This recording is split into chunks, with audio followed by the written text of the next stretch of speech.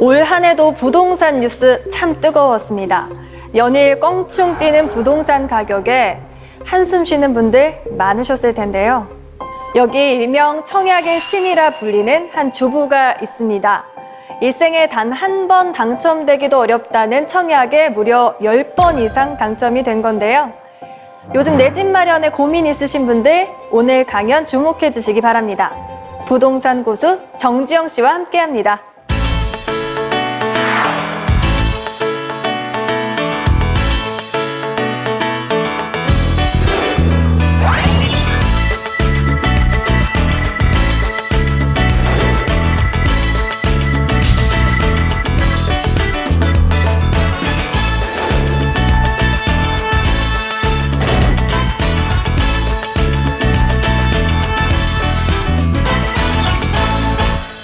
반갑습니다. 정지영 대표님. 살림 잘하는 주부에서 이제는 부동산 관련 회사의 대표가 되셨어요. 청약을 도와주다 보니까 부동산에 관심이 많아졌고 주변 지인들도 내 집 마련을 하다 보니까 부동산 관련된 일을 하게 됐습니다. 네. 요즘 비싼 아파트 가격에 좌절하시는 분들 많으실 텐데요. 오늘 강연을 통해서 새로운 길을 모색하는 시간이 되었으면 좋겠습니다. 오늘 강연 잘 부탁드립니다.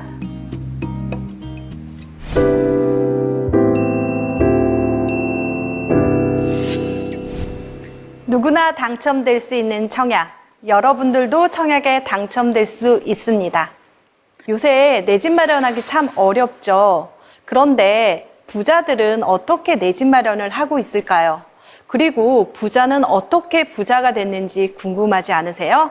제가 한국 부자 보고서를 봤더니 매년 국민은행 사이트에 이렇게 발간이 됩니다.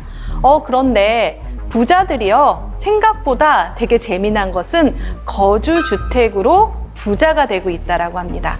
그것은 바로 내 집 마련, 내 집 테크로 부자가 되고 있죠. 하지만 내 집 마련을 어떻게 하면 좋을까요? 방법론적으로 생각한다면 여러분, 내 집 마련 가장 저렴하게 하고 싶죠? 그런데 내 집 마련해야 하는 방법을 한번 살펴보도록 하겠습니다. 제일 먼저 청약이 떠오르네요. 그것은 아파트의 일생, 그러니까 여러분들의 일생을 생각한다면 태어날 때 그게 바로 청약이 되겠습니다.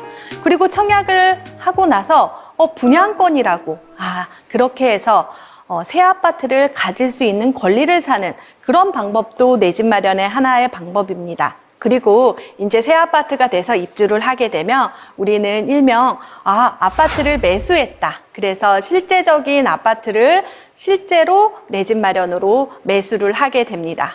그리고 나서 그런 방법도 있죠. 가장 싸게 산다고 생각했던 경매도 있잖아요. 그리고 요새 증여랑 상속으로 내 집 마련을 하게 되는데요. 정말 금수저, 부럽습니다. 하지만 대부분 우리는 흙수저잖아요. 그러면 내 집 마련을 가장 저렴하게 하는 방법이 무엇일까요? 시대마다 제가 봤더니 내 집 마련하는 방법들이 가장 다양했습니다. 그 중에서도 최근에 정말 가장 저렴하게 하는 내 집 마련의 방법은 청약입니다. 이 모습은요, 저희 아빠의 모습인데요. 70세 때 청약에 당첨이 된 겁니다. 그러고 보니까 아빠가 이런 말씀을 하시더라고요. 인생은 70부터야 하면서 큰 소리를 내면서 웃는 모습을 보고 저는 마음이 짠했습니다. 아빠도 내 집 마련을 정말 하고 싶었겠구나. 사실 저희 집은 가난해서 내 집 마련, 그러니까 내 집에서 살기는 조금 힘들었습니다. 월세방을 전전하면서. 이 그림은 제가 예전에 살던 곳인데요. 여러분 기생충 보신 적 있으세요? 기생충 앞 장면에 곱등이가 있던데요. 그 곱등이는 지하방에서만 사는 곱등이였습니다. 제가 어릴 때 그 곱동이랑 같이 컸거든요. 그만큼 열악한 주거 환경에서 살게 됐죠. 나는 어떻게 하면 저 반짝이는 불빛의 아파트에 입주할 수 있을까라는 꿈을 꾸긴 했지만 어떻게라는 거에 대해서 물음표를 던졌습니다. 그런데요, 정말 놀랍게도 그 물음표에 답을 준 게 바로 청약입니다. 제가 이걸 어떻게 알았냐면요, 어느 날 공부를 하고 있는데 이런 특강 자리였습니다. 그 강사분께서 국가유공자 특별공급이라고 그렇게 설명을 하는 겁니다. 아빠가 국가유공자였는데 특별공급이 된다고? 이 공급 중에서는 특별한 사람에게 혜택을 주는 특별공급이 있었던 거죠. 잘 몰랐었거든요.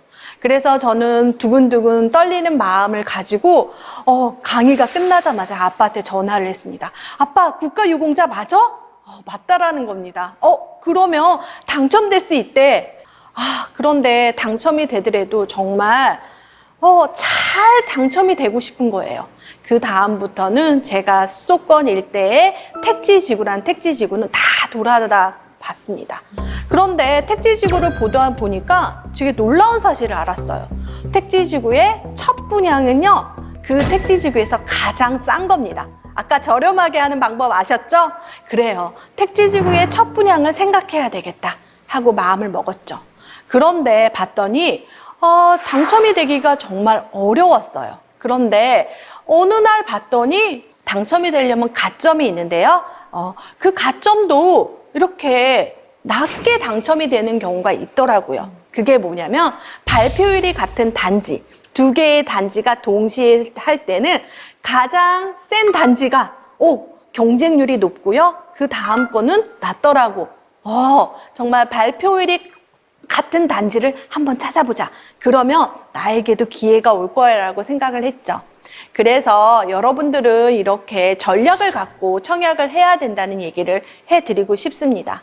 정말 A 아파트 너무너무 살고 싶어. 너무너무 당첨되고 싶어. 이렇게 대여급이라고 하거든요. 그런 단지가 나오게 되면 사람들은 청약을 하지 않아요. 그래서 이렇게 전략적으로 한번 봤죠. 사람들이 청약에 관심은 있지만 경쟁률이 낮고 가점이 낮는 그런 당첨 전략을 생각하게 됐습니다. 그래서 제가 아빠를 당첨을 시켰습니다.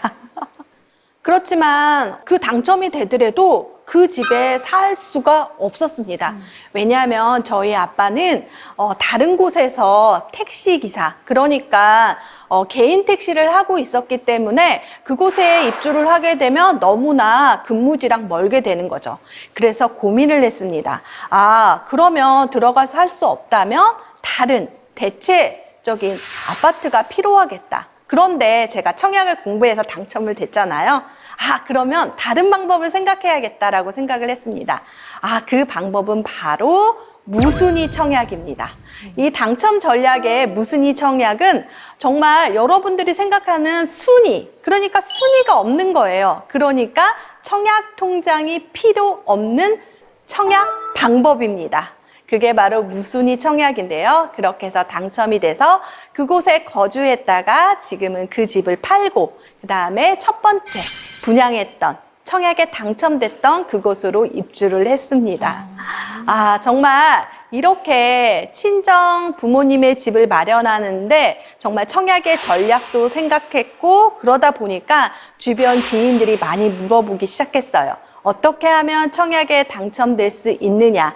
그런 질문을 했을 때, 내가 생각했을 때는 아까 택지지구의 첫 분양이면 괜찮아. 그리고 발표율이 같을 때, 그럴 때는 B급 전략. 그러니까 A를 넣지 말고 B를 넣어. 그리고 계속해서 사람들이 기다리는 단지들이 기다릴 때 여러분들은 그 틈새 시장을 노리세요. 이렇게 방법론적으로 제가 설명을 해드렸습니다. 이런 청약 제도가 있기에 우리는 희망을 품습니다. 청약으로 내 집 마련 여러분들도 할 수 있습니다. 그런데 청약 어떻게 하면 될까요? 첫 번째 방법으로는 청약 통장을 만들어야 합니다. 혹시 청약 통장 가지고 계세요? 네, 청약 통장이 있긴 한데 사실 저는 이 청약을 공부한다는 생각은 안 했었거든요. 그래서 이렇게 꾸준히 적응을 하고 있진 않아요. 가지고는 있는데. 네. 네. 가지고 있는 것만 해도 반은 성공입니다. 그래요? 네. 청약 통장이 꼭 있어야 됩니다. 청약 통장은요, 지금 주택청약 종합저축을 은행에 가서 만들 수가 있습니다. 청약 통장을 만들었다면 당첨 조건을 갖추어야 됩니다. 당첨 조건이요? 조건이라고 하니까 아까 말했던 순위가 떠오르는데요. 1순위 조건을 만들어야 됩니다. 그래서 1순위 조건은요, 지금 규제 지역, 우리 이런 말 있잖아요. 투기 과열 지구, 조정 대상 지역, 이런 지역을 규제 지역이라고 합니다. 그런 규제 지역에서는 당첨의 1순위 조건이 까다로운데요. 그것은 첫 번째, 세대주만 가능합니다. 두 번째로는요, 무주택 또는 1주택자만 가능합니다. 그리고 재당첨, 당첨이 된 사람이 또 당첨이 되지 못하게 하는 그런 법이 있습니다. 여러분, 이걸 생각해 봤을 때 어떤 생각이 드세요? 아, 청약이라는 제도는 무주택자에게, 실거주자에게 좋은 조건입니다. 아, 그렇게 해서 이렇게 규제 지역에 당첨 조건을 갖추어야 되는 거죠.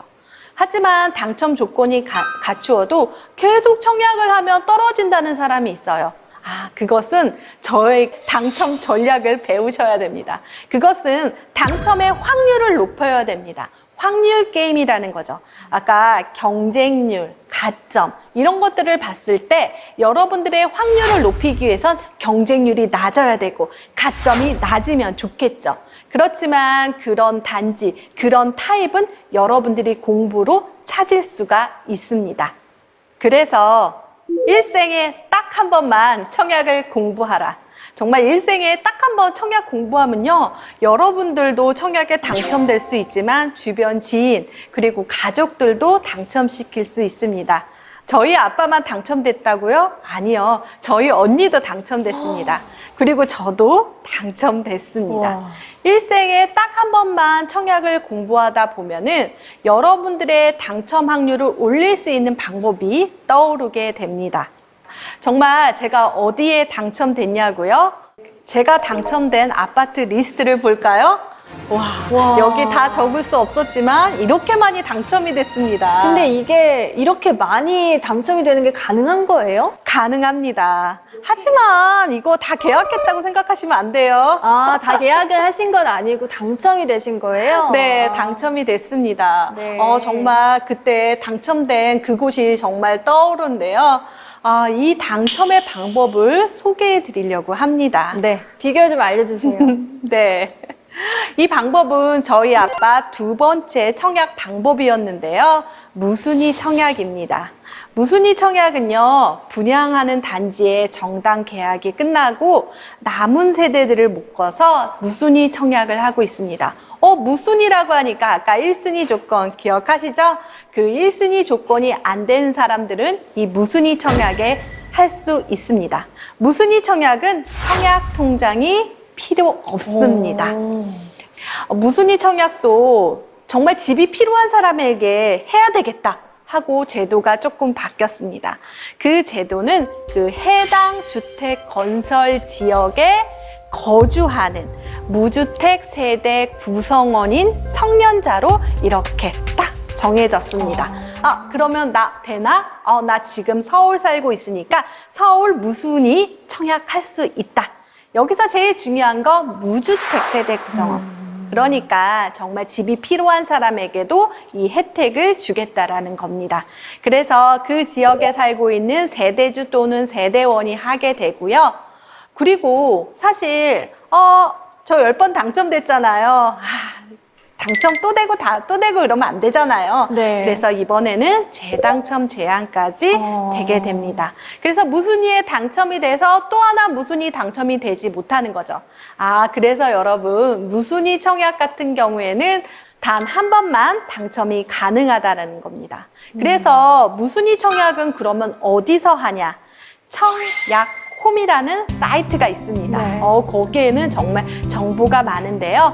사실 우리가 청약을 하려면 청약홈을 들어가서 청약을 해야 되는데요. 이 무순위 청약도 이 청약홈에서 이렇게 접수를 받고 있습니다. 그래서 여러분 저하고 약속해봐요. 매주 월요일 9시에는 청약홈에 들어가 보기. 일주일치 청약이 순서대로 달력이 캘린더가 나옵니다. 아, 매주 월요일 9시에 이렇게 업데이트가 되는군요. 네, 업데이트가 되니까 일주일에 딱 한 번만 챙기는 거죠. 일생에 딱 한 번, 매주 월요일 딱 한 번. 기억 꼭 하겠습니다. 들어가 보면 거기에 수많은 분양 단지들이 나오게 됩니다. 지금 앞서 말했던 1순위 청약도 거기서 하게 되고요. 그리고 무순위 청약 같은 경우에는 사실 광고라든지 그런 게 없기 때문에 여러분들 스스로 챙겨야 되고요. 그리고 본인이 살고 있는 지역에 무순위 청약이 나와서 당첨된다. 정말 청약 통장 지금 없다라고 하는 사람들에게 정말 희소식입니다. 그런데 선생님, 저 궁금한 게 이렇게 많이 무순위에 당첨이 되셨다는 거는 아까 조건 중에 하나가 무주택자라고 하셨잖아요. 그게 바뀌었습니다, 최근에. 아, 바뀌었어요? 네, 그래서 사실 정말 집이 필요한 사람에게 무순위 청약이 정말 좋은 거죠. 그런 얘기가 있어요. 사촌이 땅을 사면 배가 아프잖아요. 네. 그런데 저는 여러분들이 당첨되면 너무너무 좋아요. 왜냐하면 저희 아빠의 기쁨, 저의 기쁨, 그 내 집 마련의 기쁨을 같이 공유한다라고 생각이 들거든요. 네. 꼭 여러분 무순위 청약으로 당첨되셨으면 좋겠습니다. 그럼 선생님은 제가 봤을 때는 집을 가지고 계실 것 같은데 네. 그러면 이제는 안 되죠. 안 되시는 거죠? 그래서 제가 여러분들한테 많이 알려드리고 싶습니다. 네. 그리고 최근에 바뀐 청약 제도가 하나 있는데요. 네. 사전 청약. 사전 청약? 들어보신 적 있으세요? 사전 투표는 들어봤는데. 그렇죠. 네, 사전 청약은 잘 모르겠네요. 그거랑 좀 약간 비슷한 것 같습니다. 우리가 청약을 하게 되면 2, 3년 뒤에 입주를 하게 되는데요. 그 청약보다 더 먼저 사전 청약을 하게 되는 거죠. 그러니까 지금 청약은 본 청약이라고 생각이 든다면 그 본 청약 전에 사전 청약으로 청약에 당첨될 수 있습니다. 와, 이 사전 청약 나오고 나서 정말 가슴이 두근두근 했는데요. 그러니까 바로 입주할 수는 없지만 이 사전 청약에 당첨되면 당첨자로 간주되기 때문입니다. 그 사전 청약은 모든 아파트에서 다 하는 건가요? 아니면 일정 아파트에서 하는 건가요? 네. 이 지도를 보게 되면요. 올해, 그러니까 2021년도에 1차, 2차, 3차, 4차까지 이렇게 리스트를 발표했습니다.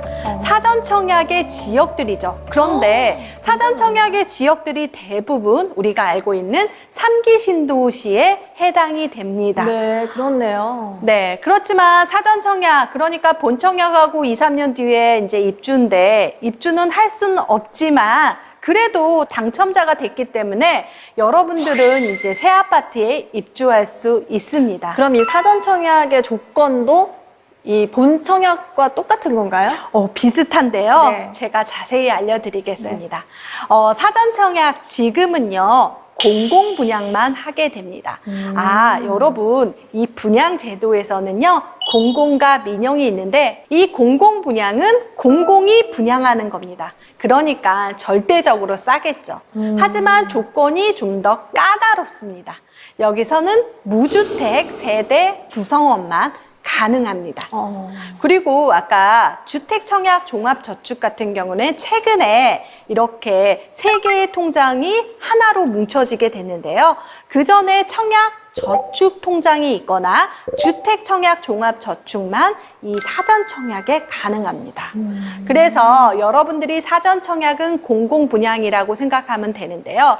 그런데 아까 재당첨 제한 생각하세요? 이거 당첨되고 이거 당첨되고 그러지 못하게 한다고 그랬잖아요. 네. 사전 청약도 사전 청약 1차, 2차, 3차, 4차 중에서 딱 하나만 당첨되면 다른 것은 당첨이 되지 않습니다. 그런데 우리가 이거 보면 사전 청약이잖아요. 그런데 본 청약 같은 게 있을 거 아니에요. 네. 그런데 사전 청약에 당첨이 돼도 본 청약에 당첨이 될 수 있습니다. 그것을 생각했더니 여러분 당첨을 결혼이라고 생각한다면 본 청약은 정말 식장에 들어가는 거고요. 사전 청약은 약혼식 했다고 생각하면 됩니다. 약혼식 했다고 그 사람하고 꼭 결혼하라는 법은 없죠. 다른 사람하고도 결혼할 수 있다라는 겁니다. 그래서 조금 다르기 때문에 여러분들이 이런 디테일한 정보들을 알고 있어야 청약을 공부해야지만 당첨될 수 있습니다. 네, 그렇다면 이게 사전 청약이 만약에 고양시에서 됐다. 그러면 이제 사전 청약은 이제 다시는 당첨이 못 되고 본 청약은 다른 지역이나 아니면 다른 아파트 단지가 된다는 거죠? 정말 결혼 잘하실 것 같은데요. 네, 그렇습니다. 그래서 사전 청약에 당첨됐다고 하더라도 본 청약에 당첨될 수 있습니다. 네. 정말 이 꿀 정보 여러분들이 꼭 알고 계시고요. 이 사전 청약은 지금 수도권으로 되어 있지만 지방에도 이제 조만간 사전 청약이 나온다고 합니다. 그래서 그 일정은 2021년도에 3만 호, 2022년도에 또 3만 호를 한다고 합니다. 그런데 여러분, 공공 분양만 되니까 나 민간 분양하고 싶은데 나 청약 예금과 부금인데 어떡하지? 그런 고민을 이번에 민간 분양에도 사전 청약이 나왔다고 합니다. 이럴 땐 박수 한번 쳐야 돼요. 정말로. 여러분, 이렇게 많은 사람에게, 집이 필요한 사람에게 다양한 혜택을 주기 위해서 정말 고심하는 게 느껴집니다. 그렇게 해서 사전 청약 같은 경우에는 정말 여러분들이 도전해 보시면 더 좋고요. 그리고 본 청약도 계속 공부하시면 또 이렇게 저울질 하다가 이게 좋네 하고 여기에 당첨되면 또 아파트, 그러니까 새 아파트로 입주까지 할 수 있다라는 거죠. 네. 그런데 선생님, 청약에 자꾸 떨어져요. 청약 되는 거 어렵지 않아요? 하고 물어봐요. 그래서 제가 물어봤죠. 그동안 청약 넣은 단지 얘기해 주세요 라고 했더니 청약 넣은 적 없는데요? 그러는 거예요. 청약도 안 넣어보고 어렵다라고 하는 거예요. 네, 저도 마찬가지예요. 저도 이게 청약 당첨 확률이 로또 당첨 확률하고 같다 이런 이야기가 들어서 에이 설마 내가 되겠어 하고 한 번도 안 넣어봤거든요. 정말 그런 어렵다고 생각하지만 그동안 넣었던 청약단지 하나도 없으면서 어렵다고 말하는 사람들이 있어요. 도전도 안 해보고요. 그런데요, 그렇게 생각해 보니까 로또 분양이라고 했던 것은 너무나 완벽한 것이에요. 완벽한 신랑감이죠. 그런 완벽한 신랑감은 나에게 오지 않습니다. 아까 1순위 조건 또 기억하시죠? 네. 1순위 조건도 안 되면서 계속 청약 넣으면 당첨되기 어려워요. 그리고 가점이라는 제도가 있습니다. 청약에는 가점제라는 제도가 있어서 그 가점, 그러니까 만점이 얼마냐면요, 84점입니다. 그런데 막 69점 이런 얘기를 들어본 적 있으세요? 69점은 4인 가족의 최대 점수예요. 더 높일 수가 없는 거예요. 그렇기 때문에 내가 가질 수 있는 청약, 가점이 얼마인지 고민해 보는 거죠. 그런데 여러분 그런 생각을 해봐요. 가점제만 있냐?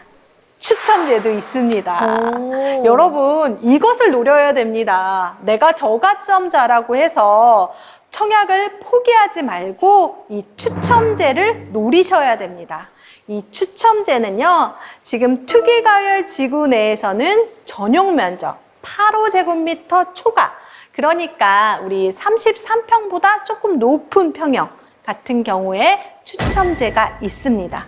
그런데 조정 대상 지역 같은 경우에는 8호제곱미터 아래, 그러니까 24평, 33평에도 25%라는 추첨제가 있습니다. 거길 노리셔야 됩니다. 그래서 어느 날 20점 우리 싱글 여자분께서 선생님 저 당첨됐어요 라고 전화가 온 거예요. 네. 저 18점이에요 딱 그랬는데 추첨제로 당첨이 되는 거죠. 백날 100% 가점제에 넣으면 당첨되지 않습니다. 너 자신을 알라. 정말 그런데 그런 얘기가 있어요. 청약에 넣어서 계속 떨어지는 그런 때도 있어요. 그런데 한 번에 가질 수가 없습니다. 적어도 10번 이상 떨어져야지, 평균적으로 10번 이상 떨어져야지 이렇게 당첨될 수 있다라고 합니다.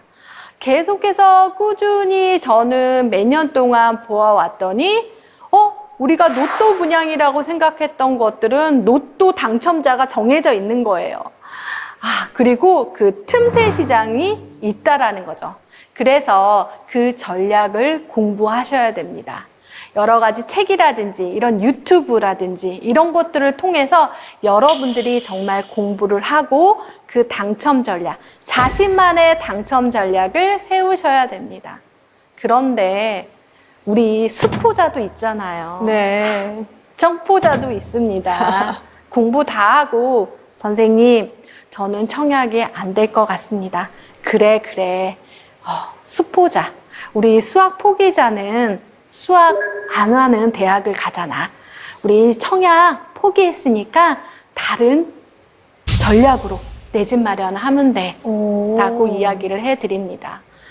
그런데 이 청약의 공보는 땅에 떨어지지가 않습니다. 그렇게 청포자, 그러니까 청약을 포기하는 그 마음, 그 공부까지 했던 사람은요, 주변 지인들을 그렇게 당첨을 시킵니다. 와. 정말 한 번 배워서 3대가 행복해지는 공부입니다. 아니, 주변 지인들까지 행복해지는 공부죠.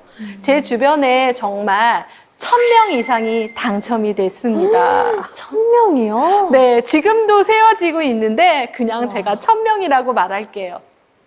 정말 이렇게 많은 사람들이 청약으로 당첨돼서 내 집 마련을 했는데 그 한 사람뿐만 아니라 그 주변 사람까지 당첨이 되니까 그렇게 많은 숫자가 당첨이 되었습니다. 한 번 배워서 3대가 행복해지는데요. 정말 이분은 주변 지인들을 친정, 식구 7명을 당첨시켰다라고 합니다. 한 와. 분이요? 네. 와. 그러니까 이분이 공부해가지고 정말 부모님, 여동생, 지인들 최근에는 저에게 홍삼을 보내왔어요. 왜요? 그랬더니 동생 입주하는데 그 조카가 자기 방이 생겨서 눈물을 흘렸다라고 하더라고요. 새 집에 가서 너무 고맙다고. 그랬더니 그 고마움을 저한테 또 표현을 해주시는 거예요. 얼마나 고마우시겠어요. 정말 행복이 쌓이는 청약 공부입니다. 그만큼 많은 사람들에게 도움이 되면서 정말 3대가 행복해지는 거죠. 그러다가 제가요, 인싸예요. 어디서 인싸냐면요, 네. 모델하우스에서 인싸입니다. 모델하우스에서 청약의 신 IMFP 정지영이 떴다 하면 사람들이 막 와요. 선생님 당첨되고 싶어요. 손 한번 잡아주세요. 정말 우연찮게 정말 어떤 분이 선생님 저 손 한번 잡아주세요 라고 얘기를 하더라고요. 그래서 무슨 일이냐고 했더니 저는요 선생님 당첨이 됐는데 그래서 동생에게 알려주기 위해서 이렇게 나왔다고 얘기하더라고요. 그만큼 이 공부를 하다 보면 정말 3대가 행복해지고 주변 지인까지 이렇게 내 집 마련을 도와주고 있습니다.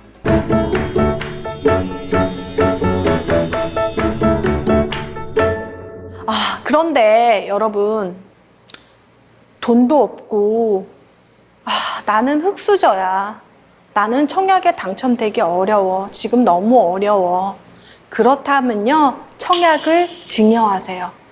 증여요? 네. 어떤 얘기냐면요, 흙수저로 태어났다면, 지금 내가 당첨되기 어렵다면 내 자녀에게 또 이 청약이라는 정보를 증여해 주는 거죠. 어떤 돈을 물려주는 게 아니라 정보, 지식을 물려주는 겁니다. 이 중에서 청약만큼 정말 중요한 증여는 없다라고 생각이 들어요. 자녀에게 물려줄 것도 없고 나는 청약에 당첨이 되기 힘들다고 한다면 여러분들이 공부해서 자녀에게 청약 당첨을 선물로 주세요. 하루라도 먼저 엄마표 청약을 만들어 주세요. 저는 자녀, 그러니까 저도 아들이 있는데요. 아들에게 벌써 청약 통장을 만들어 줬죠. 그리고 여러분, 수능에서 대학을 가게 해서 학력 종합평가, 그러니까 학종이라고 하잖아요. 그런데 청종을 만들어 주시면 됩니다. 씨행님만 믿으세요. 대치동 1타 강사. 여러분들 될 수 있습니다. 그래서 제 자녀는 당첨을 시키기 위해서 어떻게 할 거냐면요. 이런 방법대로 할 겁니다. 매달 10만 원씩 청약통장에 적금처럼 부어줄 거예요. 청약통장을 만드는 건 당연한 거고요. 네. 그래서 자녀가 태어났다고 하면 청약통장을 만들어주면 좋은데요. 청약통장은 사실 적금과도 같은 기능이 있지만 또 하나의 기능, 청약을 할 수 있는 기능이잖아요. 청약이 할 수 있는 기능은 만 17세부터 생겨나게 됩니다. 그래서 우리 성년회 날 때 장미꽃과 향수 선물로 주잖아요. 정말 만 17세 때 청약통장 선물로 하는 그런 운동도 벌어졌으면 좋겠어요. 좋네요. 네. 더 의미도 있고요. 네, 그래서 적금처럼 이렇게 저축도 하고 절약하는 습관도 갖게 되고, 그 다음에 매달 10만 원씩 허튼 돈 안 쓰고 계속 차곡차곡 쌓이게 되는 거죠. 그래서 저는 34살 때 100% 당첨이 되는 비법을 갖게 될 겁니다. 그것은 매달 10만 원씩 적금처럼 부으게 되면, 계산해 보면 10년 동안 매달 10만 원씩 넣었다고 하면 1200만 원. 그렇죠. 곱하기 하셔야 돼요. 네. 그다음에 20년은 곱하기 2하니까 2,400만 원짜리 청약 통장이 생기게 되는 거죠. 그렇게 해서 이렇게 당첨이 될 수 있습니다. 서진아, 엄마가 너 꼭 당첨시킬게. 하지만 당첨되고 나서 열심히 저축해야 된다. 이렇게 여러분 청약이라는 지식을 증여해 준다면 정말 우리 자식들 내 집 마련 요즘 집값 오른다고 어렵다고 하는데 아마도 우리 아이는 내 집 마련 걱정은 없을 겁니다. 그런데 3대가 행복해진다고 했잖아요. 그래서 엄마, 아빠, 그다음에 아직 우리 아들은 당첨이 되지 못했으니까. 그래서 제가 요즘에 플랜을 잡은 게 있습니다. 제 조카들이요, 6명이나 돼요. 와, 그 6분 모두 당첨시키는 게 목표신가요? 네, 맞습니다. 그래서 제가 가끔 가다 전화해서 청약 통장 10만 원씩 붓고 있어? 네, 그러고 있죠. 그리고 1순위 통장 어떻게 되는지 알고 있죠. 그런데 최근에 당첨이 된 사례가 있습니다. 가족분 중에요? 네, 조카입니다. 네. 대학생 조카였는데요. 대학생이요? 부럽다. 그것은 엄마가 당첨이 됐습니다. 엄마가 청약에 당첨이 되면 그것은 분양권이라고 하는데요. 그 분양권을 증여해 줬습니다.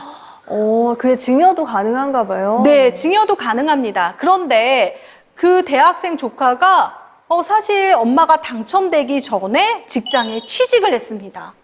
그래서 네. 사실 증여에 대한 세금이라든지 그리고 향후 들어가는 돈에 대해서 계속 저축을 하면 가능하다라는 거죠. 그래서 조카에게 증여를 해줘. 그리고 조카에게는 너 단 한 푼도 쓰지 마. 100% 저축해야지 이 새 아파트에 입주할 수 있어. 라고 하니까 와, 진짜 그 짠돌이가 없습니다. 그렇게 해서 돈을 모으고 있고요. 조만간 그 새 아파트에 입주를 한다고 합니다. 와, 대단하네요. 네, 결혼을 한다면 집을 마련한 신랑이 되겠네요. 네. 그렇게 해서 당첨을 시켰는데요. 이번에는 두 번째 조카입니다. 이 두 번째 조카는 28살인데요. 이 조카는 어떻게 할까? 평택에 거주를 하고 직장에 다닙니다. 첫 번째, 우리 1순위 조건 기억하세요? 네. 세대주로 만들었습니다. 직장 근처로 이주를 했거든요. 그래서 세대주가 됐고요. 이 아이는 공공을 할까 민영을 할까 고민하다가 민영주택에 도전하기로 마음먹었습니다. 민영주택은요, 사실 예치금이라는 게 중요한데요. 그 예치금은 지역별로 다르게 되어 있습니다. 그래서 200만 원을 넣어두고요. 그리고 제가 그랬죠. 지금 계약금, 그러니까 우리가 청약에 당첨되고 나서 사실 계약금이 필요합니다. 그 계약금은 분양가의 10% 정도인데요. 최근에 5억에 분양하는 아파트는 그러니까 5천만 원이 있어야 되겠죠. 그래서 5천만 원을 열심히 근로를 모아, 그리고 이 고모가 계속해서 청약을 넣어줄게. 너는 열심히 일해. 그러면 당첨이 될 거야. 와. 그런데 지금 세 번째 넣었는데 당첨이 안 되고 있어요. 포기하고 싶냐고요? 제가 10번 정도 도전해 보라고. 아직까지 청포자가 되기는 아직이다.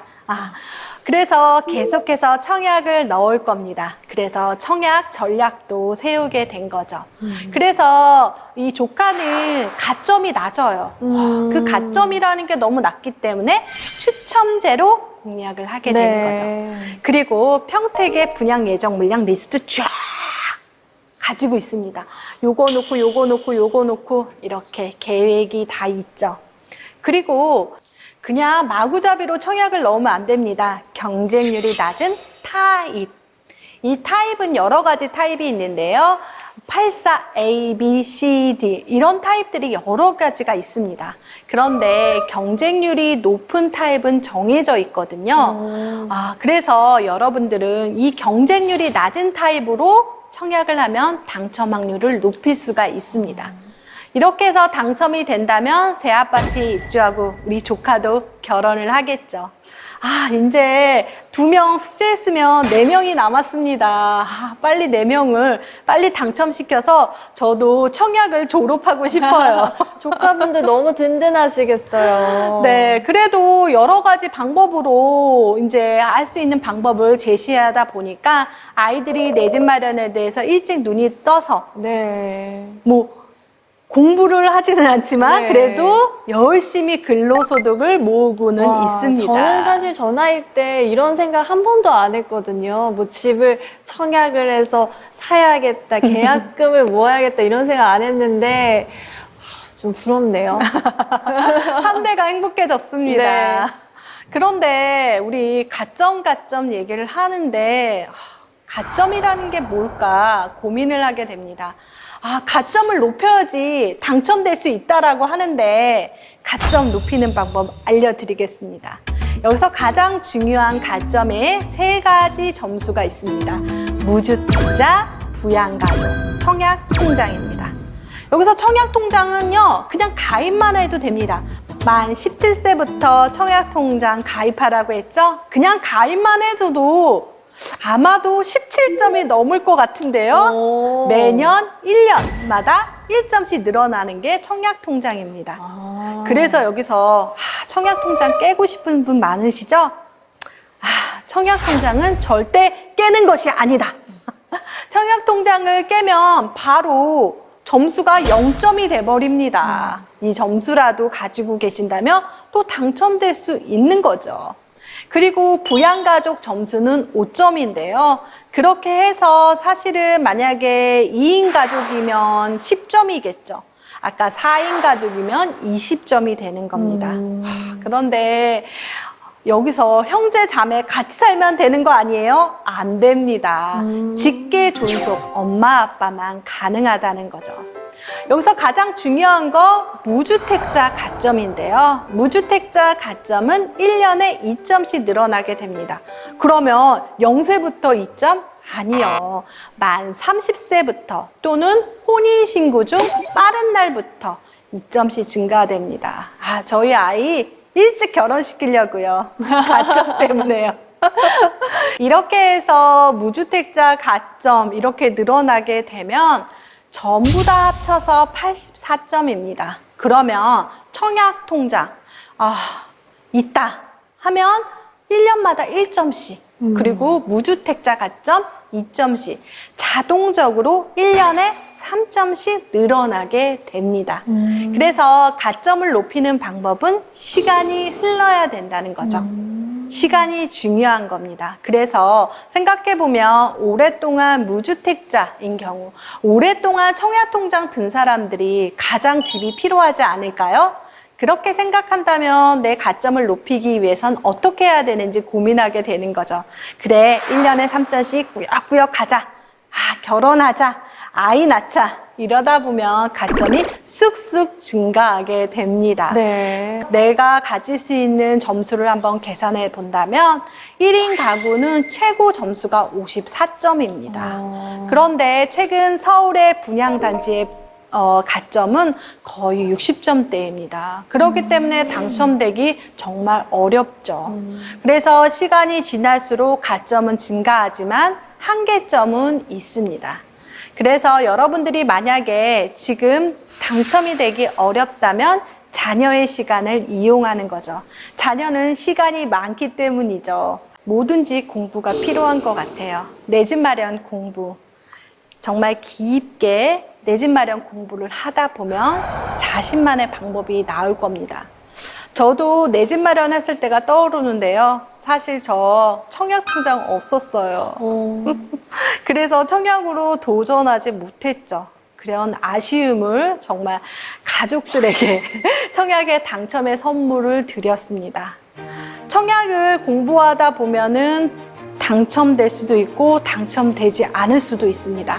하지만 여러분, 내 집 마련의 방법 중 이 청약이라는 공부를 하다 보면 정말 저렴하게 할 수 있는 내 집 마련 방법이 떠오르게 됩니다. 여러 가지를 생각하게 되는 거죠. 그리고 당첨이 그냥 쉽게 된다고요? 지금 보세요. 여러 가지 전략들이 필요하게 됩니다. 그 중에서도 가장 중요한 건 자신을 알아야 되는 거죠. 그리고 내가 어떻게 미래를 설계해 나갈지, 나는 어떤 것을 도전할지 계속 생각하다 보면 그 답이 나올 거라고 생각이 듭니다. 정말 여러분들 공부하다 보면, 그리고 도전하다 보면 내 집 마련에 행운의 열쇠가 올 것이라고 생각이 듭니다.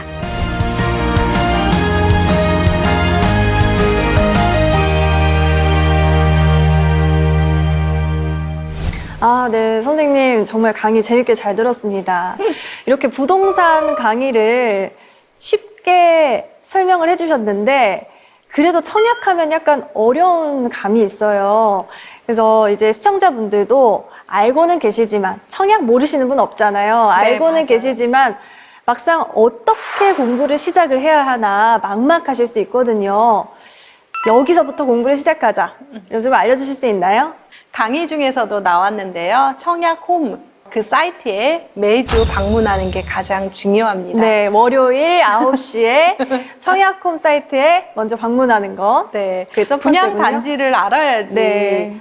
청약을 할 수가 있잖아요.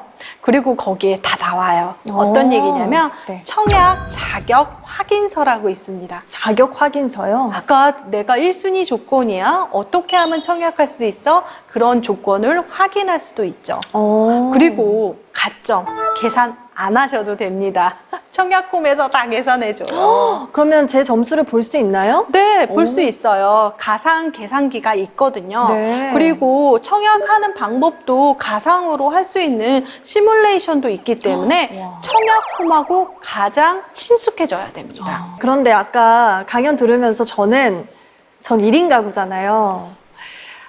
가점이 너무 낮겠다. 내가 당첨이 될 수 있을까라는 생각이 들더라고요. 당첨될 수 있습니다. 정말요? 네, 최근에 1인 가구를 위한 특별 공급이 생겼거든요. 1인 가구를 위한 특별 공급이요? 원래 있었는데요. 네. 지금 공급에는 특별한 사람들에게 공급하는 거, 일반 사람들에게 공급하는 게 나눠져 있습니다. 오. 1인 가구도 이제 특별한 사람으로 취급된 거죠. 그 특별 공급에 생애 최초 특별 공급이라고 있습니다. 살면서 한 번도 집이 없었던 사람들이 정말 집이 필요하잖아요. 네. 그런데 그전에는 결혼한 사람만 됐어요. 그런데 1인 가구도 필요하지 않아 하고 목소리를 높였더니 1인 가구에게도 이렇게 생애 최초 특별 공급에 해당이 됩니다. 지금부터 청약하셔야 돼요. 네, 꼭 해야겠네요. 그러면 그 생애 최초 주택의 경우에는 무주택이 굉장히 중요하겠네요. 네, 무주택이 중요하고요. 네. 평생 집이 없어야 됩니다. 지금까지 살면서 계속 네. 집이 없었으면 더 유리하다. 네, 유리한 게 아니라 그래야지만 그 특별 공급에 신청이 가능합니다. 정말 집이 필요한 사람에게 준다라고 생각하면 이해가 빠를 것 같습니다. 다른 방법은 또 없나요? 다른? 제가 이거는 치트키인데요. 1인 가구 같은 경우에는 사실 특별 공급이 없다 보니까 두 가지 특별 공급을 찾으라고 얘기합니다. 첫 번째는 중소기업 특공이거든요. 중소기업 특공이요? 네. 실제로 중소기업 특공 같은 경우에는 중소기업에 다니신 분이 해당되는 사람이 그 특별 공급에 지원할 수가 있고요. 그리고 요거는 사실 만들 수도 있을 것 같아요. 부모님이 집이 없는 경우에는 부모님을 부양하는, 우리나라가 효의 문화잖아요. 네. 제가 부동산 효녀잖아요. 이만큼 노부모 부양특공이라고 있거든요. 그것을 실제적으로 만들어서 당첨된 사례도 있습니다. 그래서 싱글이라고 이런 것들을 놓치지 말고 네. 내가 할 수 있는 방법을 찾아보는 거죠. 저도 오늘부터 청약통장에 꾸준히 저축을 해야겠어요. 네, 맞습니다. 제가 마지막으로 궁금한 게 사실 요즘에 아파트 가격이 전국적으로 정말 많이 올랐잖아요. 뭐 일각에서는 떨어질 거다, 뭐 이렇게 전망을 하시는 분들도 계신데 어떻게 보시나요? 저는 이 청약 경쟁률하고 가점을 보고 사실 점치는데요. 네. 사실 청약 경쟁률이라는 건 집이 필요한 사람들이 그만큼 많다라는 반증이고요. 그렇죠. 그리고 가점이 높다라는 건 무주택자로 오랫동안 살았던 사람들이 이렇게 청약 시장에 들어오는 겁니다. 청약 경쟁률, 청약에 도전하는 사람이 정말 유효수요라고 생각이 드는데 지금 지방이라든지 수도권 같은 경우에는 청약 경쟁률이 높거든요. 그렇기 때문에 집을 필요한 사람이 많다라는 네. 거죠. 그러니까 수요와 공급의 원칙에 따라서 사실 수요가 많다라고 보여지니까 집값은 당분간 더 오를 거라고 생각이 듭니다. 네. 그렇지만 여러 가지 규제와 정책이 나오기 때문에 단정할 수는 없겠죠. 네. 그리고 두 번째로는요, 미분양의 수치인데요. 네. 미분양이라는 건 새 아파트임에도 불구하고 아무도 선택하지 않는다는 거죠. 그런데 부동산 역사상 정말 미분양이 거의 바닥입니다. 거의 제로에 가까운 거죠. 저도 이렇게 미분양이 적은 적을 본 적이 없는데요. 그만큼 새 아파트의 수요, 그러니까 수요가 많다라는 거죠. 하지만 이 공급이라는 것들에 대해서 많아지면 또 달라지는 얘기고요. 네. 지금 그래서 최근에 3기 신도시와 사전 청약이 나온 이유도 그 수요를 끌어안기 위해서 그런 제도가 생기긴 했는데요. 네. 그렇지만 그것에 대해서 해소하기는 조금 당분간 어려울 것 같습니다. 네, 오늘 선생님 말씀을 들으면서 이 청약 당첨에는 첫 번째로 청약 통장이 굉장히 중요하다. 그리고 공부를 통해서 당첨이 될 수 있다. 당첨 확률을 높일 수 있다. 그리고 이런 많은 정보들을 알게 되어서 정말 좋은 시간이었습니다. 그리고 이 내 집 마련에 고민이 많으신 분들이 이번 강연을 꼭 들으셔서 고민 해결하셨으면 좋겠네요. 오늘 강연 감사합니다.